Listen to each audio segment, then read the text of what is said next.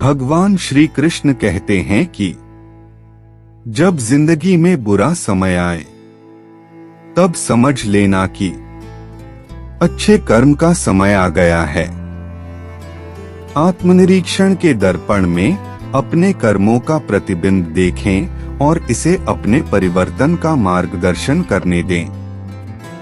वह जो मृत्यु के समय मुझे स्मरण करते हुए अपना शरीर त्यागता है, वह मेरे धाम को प्राप्त होता है, इसमें कोई संशय नहीं है। कन्हैया जी हमारे पालनहार है। उनके नाम मात्र से ही होता दुखों का सहार है। समय कभी नहीं रुकता। आज यदि बुरा चल रहा है तो कल अवश्य अच्छा आएगा।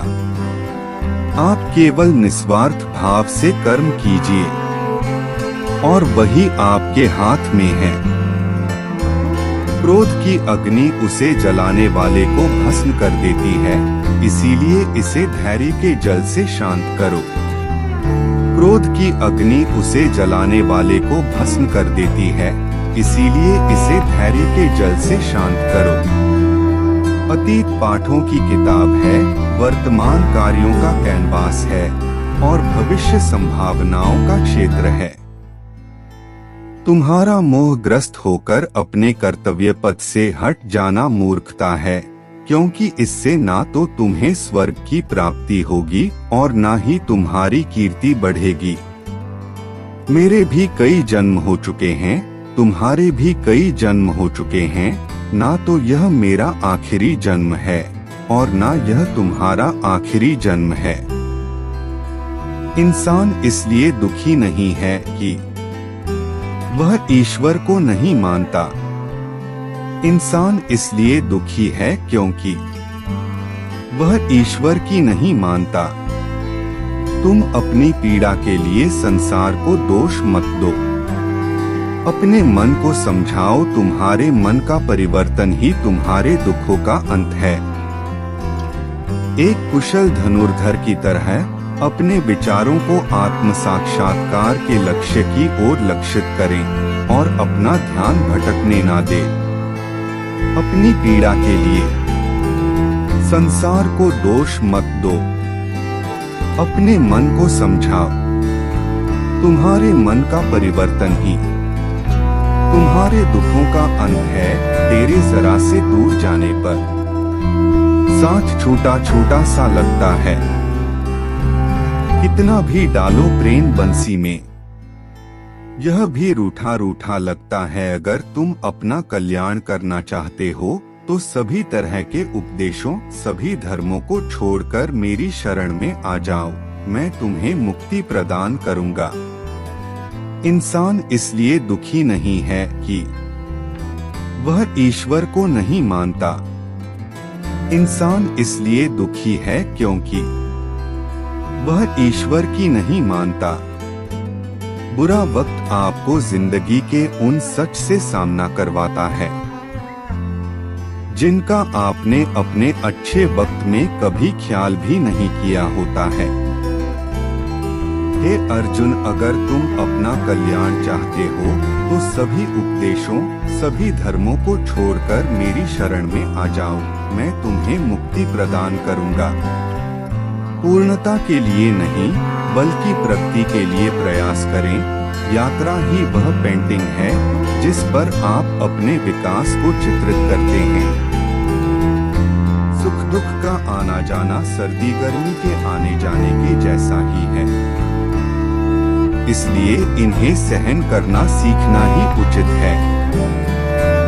दोस्तों, आपको हमारी यह वीडियो कैसी लगी, इसे लाइक सब्सक्राइब करें। जादुई झील का रहस्य। बहुत समय पहले की बात है। कालपुर नामक एक गांव में एक विशाल झील थी जिसे लोग जादुई झील के नाम से जानते थे। कुंडली के अनुसार इस झील में कई रहस्य छिपे हुए थे। एक दिन गांव के एक बहादुर युवक रोहित ने कहा कि वह इस झील का रहस्य खोज कर ही रहेगा। वह अपने साहसिक कार्य की शुरुआत की और झील के किनारे पहुंच गई। झील के पानी में अजीब सी चमक थी और उस पर एक अद्भुत शांति छाई हुई थी। रोहित ने झील में एक नाव और उसके बीचों बीच जाने का फैसला किया।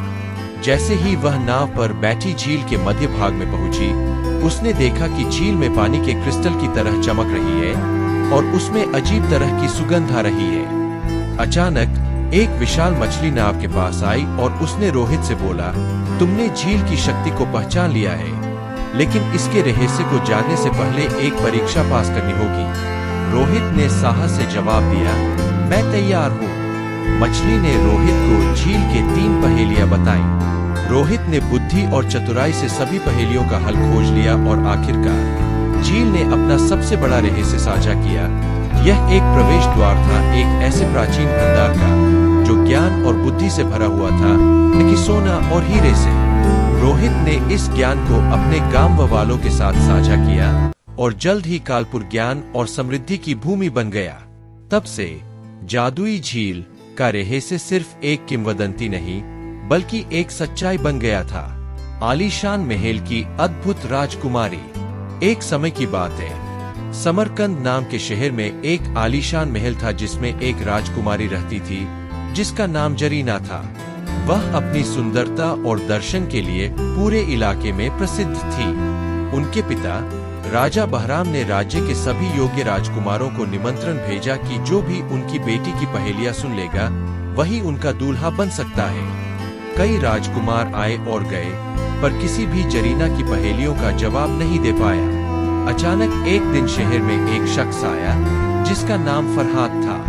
फरहाद ने सभी पहेलियों के जवाब दिए और जरीना का दिल जीत लिया।